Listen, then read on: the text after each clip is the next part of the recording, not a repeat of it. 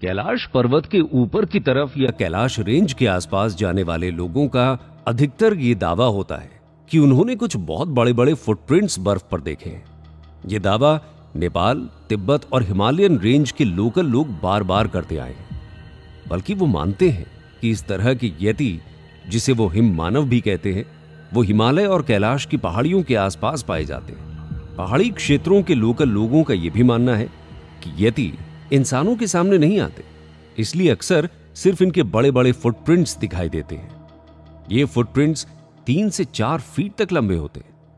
इन पहाड़ी लोगों के लिए यति का मिलना या दिखना बहुत आम बात है, लेकिन उनकी मान्यता यह भी है कि यति की तरफ देखना शुभ नहीं होता, इसलिए वो उनसे मिलने का जिक्र या रिपोर्ट करना सही नहीं समझते। लेकिन यति को देखने का दावा सिर्फ और सिर्फ लोकल लोगों ने नहीं किया, बल्कि इंडियन आर्मी भी इस तरह का दावा कर चुकी है।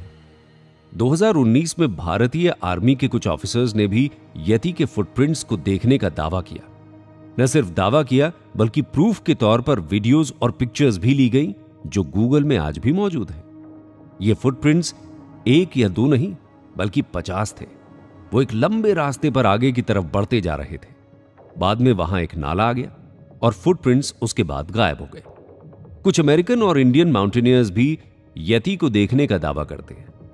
यति या कहें हिम मानव के फिजिकल अपीयरेंस की बात की जाए तो जितनी जानकारी मिलती है उसके अनुसार वो इंसान, भालू और बंदरों का मिला जुला स्वरूप है। उनके बाल बहुत लंबे होते हैं और उनकी हाइट बहुत ऊंची होती है। वो करीब 12 से 15 फीट ऊंचे, शरीर बहुत चौड़ा, देखने से ही वो बहुत डरावने भी दिखते हैं। इंडियन आर्मी के बहुत से ऑफिसर्स इस बात का जिक्र करते हैं कि यति और हिम मानव जैसे क्रीचर्स 5000 से 6000 फीट ऊपर की ऊंचाइयों पर पाए जाते हैं, इसलिए हम इंसानों को बहुत कम नजर आते हैं। अब सवाल कई बार यह भी उठता है कि क्या यति हनुमान या उन्हीं के जैसे कोई प्राचीन वानरों का समूह है जो बहुत कम बचे हुए हैं और कभी कभी पहाड़ों की तरफ जाने वाले इंसानों से टकरा जाते हैं। हिंदू धर्म ग्रंथ की माने तो 7 चिरंजीवी, जिन्हें 7 इमॉर्टल्स भी कहा जाता है, उनमें से एक हनुमान भी है। वो हिमालय की पहाड़ियों में ही कहीं छिपे हुए हैं, क्योंकि वो इंसानों के सामने नहीं आना चाहते। तो यह भी हो सकता है कि ये यति, स्नोमैन, हिम मानव हनुमान जी ही हों। अब सवाल बहुत से हैं और जवाब फिर भी वही है कि हिम मानव के राज भी हिमालय और कैलाश पर्वत जैसे पहाड़ों के ऊपर कैद है। जब उन चोटियों तक कोई पहुंच ही नहीं पाया तो कैसे इन राज से पर्दा उठाया जा सकता है। यति के साथ साथ एक और डर जो कैलाश के यात्रियों को बार बार सताता है, वो है महाअघोरी, जिसे हम महामानव भी कह सकते हैं। आज की दुनिया में अगर देखा जाए तो ज्यादा से ज्यादा 6.5 फुट के ह्यूमन बीइंग्स देखने को मिलते हैं। इससे ज्यादा की हाइट चौंकाने वाली होती है। लेकिन तब आप क्या कहेंगे अगर आपको कैलाश और हिमालय जैसी पहाड़ियों की गुफाओं में 12 से 15 फीट ऊंचे थोड़े डरावने अघोरी दिख जाए, जिन्हें महाअघोरी कहा जाता है। सामान्य अघोरी आपको हर तरह के तीर्थों में आसानी से मिल जाएंगे, पर हम जिनकी बात कर रहे हैं उन्हें महाअघोरी कहा जाता है। उनका मिलना, उन्हें देखना बहुत रेयर होता है। ऐसा बहुत कम लोगों के साथ होता है जब उनका सामना महाअघोरियों से हो जाए, जिन्हें पवित्र आत्मा और पवित्र शक्तिशाली मानव भी कहा जाता है। इनके पास कुछ ऐसी डिवाइन ऊर्जा होती है, कुछ ऐसी शक्तियां होती हैं जिनके बारे में कल्पना भी नहीं की जा सकती। और कैलाश जैसी मिस्टीरियस माउंटेन की गुफाओं में इनका होना भी बहुत बड़े आश्चर्य की बात नहीं है।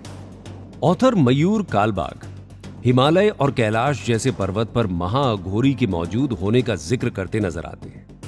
इन्होंने अपनी बुक अघोरी एन अनटोल्ड स्टोरी में अघोरी साधु और महाअघोरी साधुओं का जिक्र किया है। इनका कहना है कि ये महाअघोरी 100 साल से भी ज्यादा, करीब 150 से 200 साल तक जिंदा रह सकते हैं। और ऐसे अघोरी आज भी कैलाश पर्वत की गुफाओं में अपनी मेडिटेशन पर लगे हुए हैं। अघोरियों के बारे में ज्यादा जानने और समझने वाले लोगों का यह भी कहना है कि ये अघोरी अपनी सांस पर नियंत्रण रखते हैं, अपनी ब्रीदिंग पावर को कंट्रोल करना जानते हैं। यही इनके लंबे समय तक जीने का राज भी है। अब सवाल यह भी उठता है कि किसी भी इंसान को 150-200 साल और उससे भी ज्यादा जीने की जरूरत है क्यों? जितनी जिंदगी मिली है वो जीने के लिए क्या काफी नहीं है? खास तौर पर उनके लिए जिन्हें इस दुनिया के मटीरियलिस्टिक चीजों से कोई मतलब ही नहीं है। फिर अपनी लाइफ को इतना बढ़ाने की जरूरत क्या है?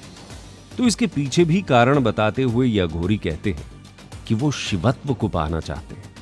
वो उनको पाना चाहते हैं जिनका कैलाश में निवास है, और इसके लिए उन्हें लंबे समय तक योग, अभ्यास, साधना और कुछ स्पेसिफिक क्रियाओं की जरूरत होती है, और इसके लिए उन्हें फिजिकली फिट रहना जरूरी है।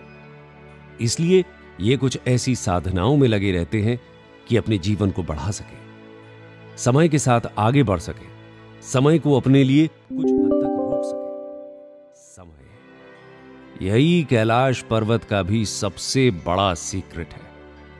शायद इसीलिए अघोरी कैलाश रेंज में जाकर तप, मेडिटेशन करना, मानसरोवर और राक्षस ताल जैसी झीलों के पास बैठकर साधना करना जरूरी समझते हैं, क्योंकि कैलाश और इन दो झीलों के आसपास टाइम को कंट्रोल करने की एबिलिटी है, जिसे आज तक साइंस भी सॉल्व नहीं कर पाया। हो सकता है ये अघोरी कैलाश की इन्हीं रहस्यमयी ताकतों से परिचित हो, उसका सीक्रेट जानते हो। अघोरियों का पूरा रहस्य क्या है, इसके बारे में तो सिर्फ अघोरी ही बता सकते हैं। कहा यह भी जाता है कि कुछ अघोरी 4000 से 5000 साल तक भी जीवित रहते हैं।